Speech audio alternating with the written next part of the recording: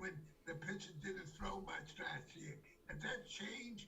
And if not, how are you going to go about doing it? Um, no, it hasn't changed. One of the things about this season is, I think the rest of the league is like we don't know. We don't know how these guys are gonna react. It's not that they're coming from surgery, they were hurt. It's just they didn't pitch, and I bet everybody's looking for information. Their sports science people is looking for trends, but this is something new. And as of right now, and you see it, we're in a good spot. These guys are throwing 5 innings. There's no red flags as far as like their bodies, their arm. They're in a good spot, but we will protect them. We will throughout the season, but we always do that anyways. As you guys know, we're very proactive. Preventing injuries, although injuries happen, but we're gonna do everything possible to help them out to be here for the long run. And there's a few stretches during the season that we have to take a look at and decide if we want to have a spot starter, and that's something that happens every season. So we do believe we're in a good spot physically.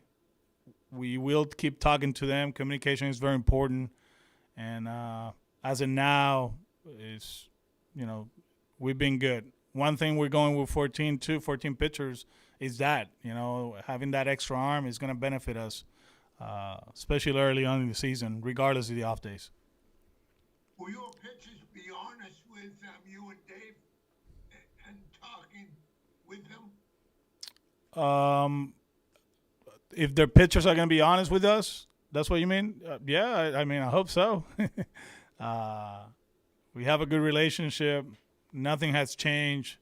Yeah, there's a few new guys that I'm getting to know, but so far so good. Like I've been saying, like with Garrett, I don't care about the stuff or the walks or him pitching great in the last one. All I care is for him to be healthy. If he's healthy, we're gonna be in a good spot. So, okay. so Sorry. no, it's okay. But How that's the. impressed? How impressed are you with Garrett? I like Garrett, and this is from before. The talent has been there, stuff wise. He's one of the best in the league. You see the numbers as far as like his fastball, his breaking ball. He does a good job with runners too, which is part of the equation. I like him before. It's a guy that I watched last year from afar. I saw him in 17. So it's just putting everything together, and he's trending up. So that's the most important thing. And we're very happy with the way he's throwing the ball, how he feels physically. It's just a matter of keep getting your work in before the season starts, and we do believe he's going to have a great season. Alex, kind of getting back to Johnny's question a little bit, we know who your five guys are. How do you feel about the depth beyond that for when you will need a starter? Better than in 19, to be honest with you. We got some capable guys that they're not going to be with us at the big league level, but throughout the season they might get involved, and I think we have quality arms that they're not only coming for a spot start, is to compete. We're not adding a sixth starter or a spot start, whatever you want to call it, just to give us innings. We're trying to win that day. It's not about surviving. I do feel that in 19 we try to survive. I still remember some of those bullpen games that we try to put 9 innings together, and it was hard to do. And I don't think we're in this situation now. We're very comfortable with our five guys and the rest of them, and we're going to be in a good position throughout the season. Well, with Matt Andres, you used him for one inning yesterday. You have been using him for multiple innings. Is it going to be tricky to kind of keep him prepared to go, say 4 innings or whatever, or how will you kind of manage that? Those conversations are going, especially with him, which is the most important thing, how he feels. And last year he was in a situation that going into the season he was going to start, then he didn't start, and they used him in different roles. Short stints, but they use him, he bounced back. I saw him pitch in the 4th, pitch in the 9th, pitch in the 7th. So it's more about when we let him go, how far are we going to let him go? You know what I'm saying? He's a leverage guy. He's a strike thrower, good changeup. It's just that balance, Do we go with him 4 or we use him for 1? Are we better off when we let him go in the 7th inning to finish the game? And those things are going to come up throughout the season. But I think the most important thing is having communication with the player, how he feels about it, how he's able to bounce back when his best stuff plays, pitching every other day, pitching every 3 days, or going for 4 and not pitching for 5. So I'm learning the player. I'm learning about the pitcher. Those communications have been going on since the get-go. So I do feel like he's going to be a weapon for us. He's going to be very important. We just got to make sure, we use him in the right spots. Alex, what's it been like working with Will Venable from the time you first kind of got going here to where you are now? How much more comfortable you getting with him every day? It's been great. Very organized, good teammate, always trying to accommodate everybody, and it's not hard, it's not easy, and he's done an amazing job. Learning about him in the dugout, talking to him, the things that I like, that I don't like, how I see the game. That's a relationship that is growing right now. We're in the early stages. As you know, spring training games are just that, spring training games. We haven't even done half of the things that we usually do, offensively. And we've been talking, I think now that it's getting, it's March 21st. We got, 10 more days before we get there, or 9 more days, whatever it is. The games are going to be more realistic as far as like what we do. As a team, starting today is a big game. This is a big game for us, especially for the manager. We better win this game for obvious reasons. And we might go with everything today, and we might hit and run, and we might bunt. I mean, we're doing everything possible to win this game. So he'll learn a lot from the manager today. How much fun is it to have, along those lines, to have a brother, in the game of baseball that you can talk to at any time? It's amazing. He stuck with me last year, not surprisingly.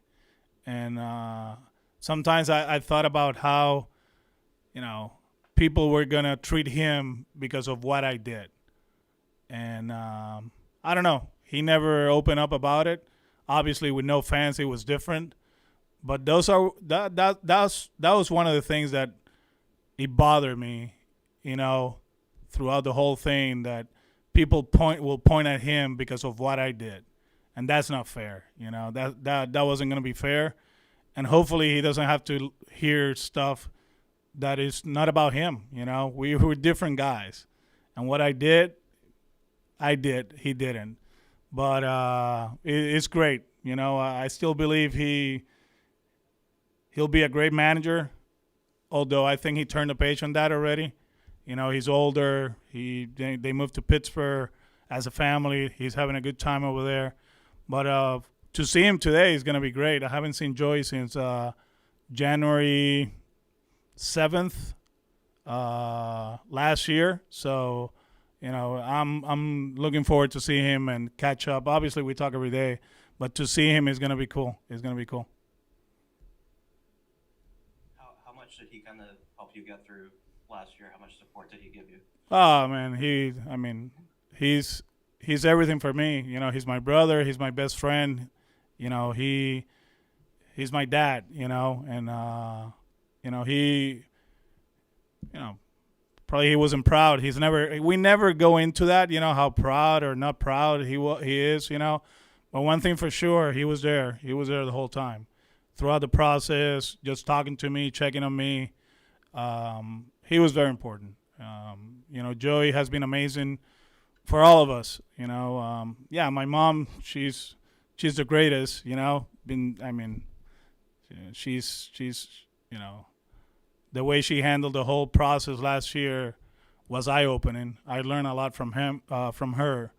But talking to my brother and the way he handled things, and like I said, it wasn't even a real season, But I bet it wasn't easy in a sense, but he really helped me out through this. And, when the whole process started, after the playoffs were over, we talk a lot about what might happen, and here I am, and I'm here because of people like him, obviously the family, the people that stick with me throughout the process. And like I said, this is not about we told you so, he's gonna be back. It's the other way around, It's like people make mistakes, and you need people around you that are gonna pick you up, and they're gonna help you to get back to it. And of all the people, my family, I put them in a bad spot, but at the same time, I'm still the little kid from the family. I'm the youngest one, so there's a lot of love and a lot of teaching throughout the process, and they still teach me stuff, and I'm still learning, and I'm glad that I have them around me, and in good times and in bad times. If you see it, man, this has been a roller coaster. The highest of highs and the lowest of lows. Now, as a group, because they're my team, they're my real team, we got to stick together and keep pushing forward and learn from the mistakes and keep getting better. Alex, I just wanted to check on something. You haven't seen Joey since 2020? Yeah, because he went to my mom's birthday, and then he took off, and then all this stuff happened. So he hasn't been home. So they live in Pittsburgh. So he wasn't in Puerto Rico all last year or anything? No, because of the season, obviously. Right. So he didn't go for the winter. So yeah, this is the first time I'm gonna see him.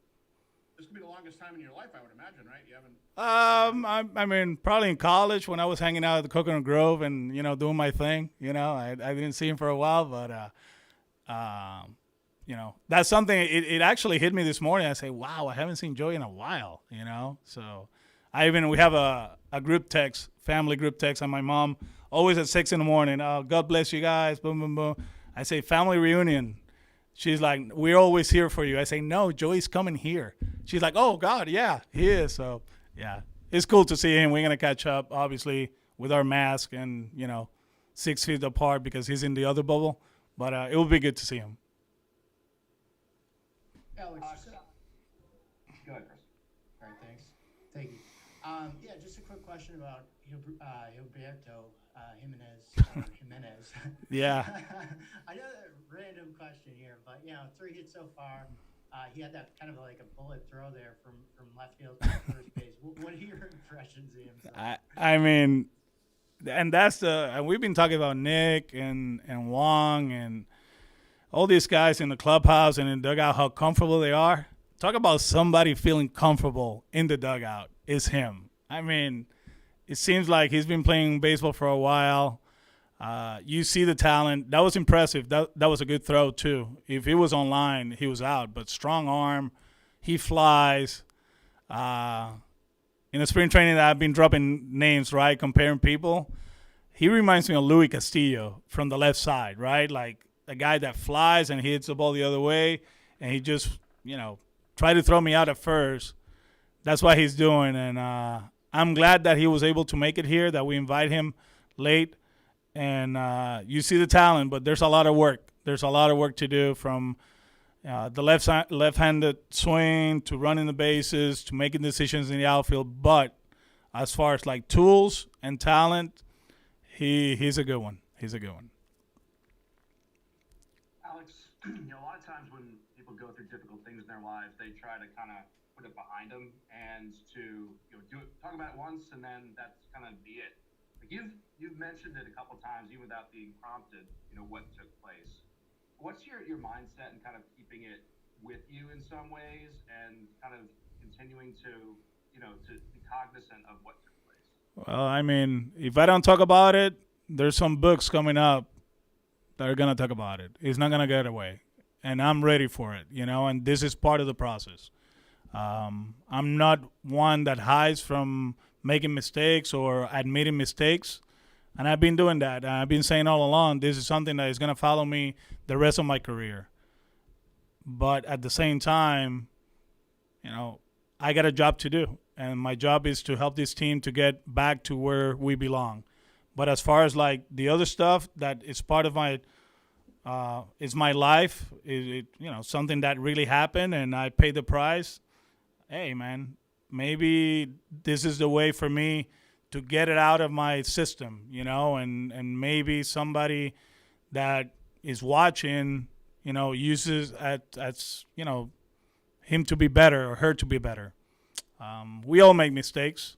My mistake, obviously, it was in another stage, but it's still a mistake, just like other people make mistakes doing, in their jobs somewhere else. But I am who I am, and that's what I'm more proud of, that I haven't changed. Hopefully, when people saw me winning in 18, didn't say, this freaking guy, like, what a punk, I'm still the same guy, man. And from the highest of highs and lowest of lows, I'm still here, and I just made a mistake. That's it. How many times I'm gonna say it? I'll keep saying it. People are gonna keep asking me, and I know this season that's gonna be part of the equation. But like I said, when I talked to Haim in Puerto Rico, I'm ready for it. If I wasn't ready to talk to you guys about this, I'd be home right now playing with the kids and being with the family. But I'm ready. It's part of it. It's something that it happened, and I have to live with it. But at the same time, I'm pretty good about separating things. This is my story. It's not their story, and their story is about to be written starting April 1st. Is it difficult still, or do you like the aspect of I want to go and control the narrative, so to speak? I'm not controlling the narrative. I'm not controlling the narrative. I don't think that's if you portray that, if that's the way you see it, with all due respect, you're wrong. This is the truth. It's not a narrative, and this is the truth. So there's a difference between narratives and the truth, and I've been open-minded from the first day the process started. When everything came out, I have the story. So, I've been honest with everybody.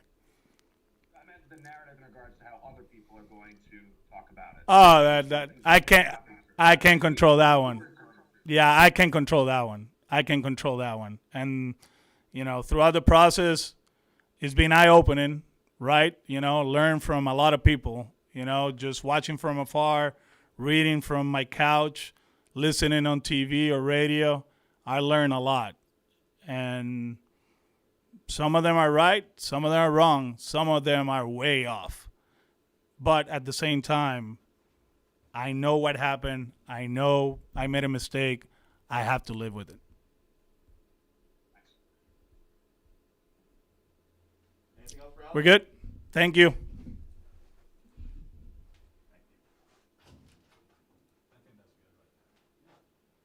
Yeah. Absolutely. I mean, hey, it's coming.